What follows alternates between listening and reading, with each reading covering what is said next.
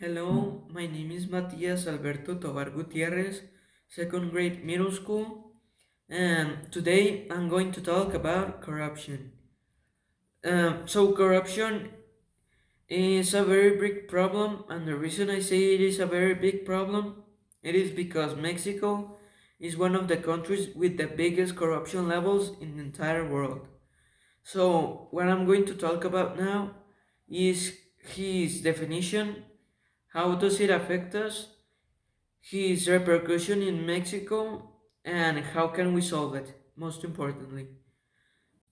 So, corruption is a form of dishonesty or criminal act usually overtaken by people or organizations of very big authority, like, for example, a politician or even a secretary.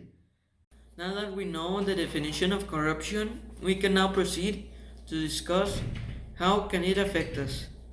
Well, there are a lot of ways corruption can affect us.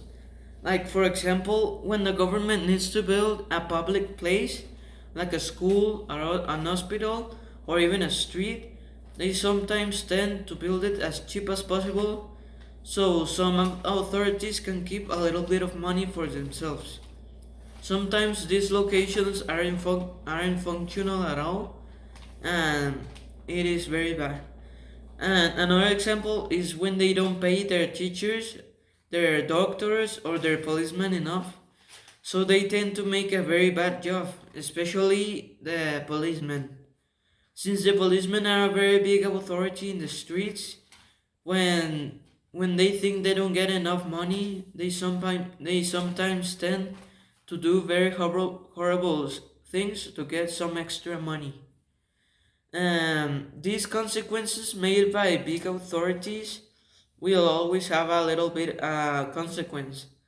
Like, for example, it can make the education levels low, or maybe a lot of accidents can occur in hospitals, or they might be a lot of criminals out there.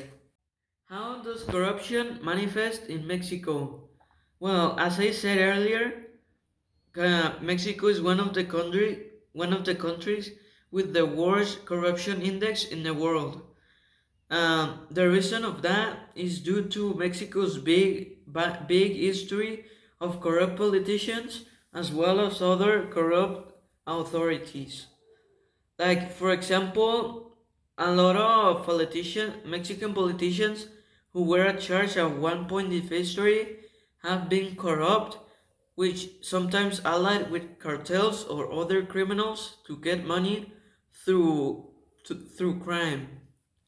Or when Genaro Garcia Luna stole more than $700 million, even though he was supposed to be the Secretary of Public Security. Or in a more local place, when people give tips to the policeman, so the policeman leaves them alone and those people don't get charged or arrested. Although many people might think civilians aren't involved enough to make any difference, the truth is we are most definitely able to make a change. We must be responsible. We must not give any tip to any policeman with bad intentions. People with of big authority should make their work correctly. Politicians, instead of stealing, they should be investing in their country, like investing in the education, the security, and paying their employees. I also think policemen should be monitored, and if they commit any crime, they should get justice. Well, that is all. Goodbye.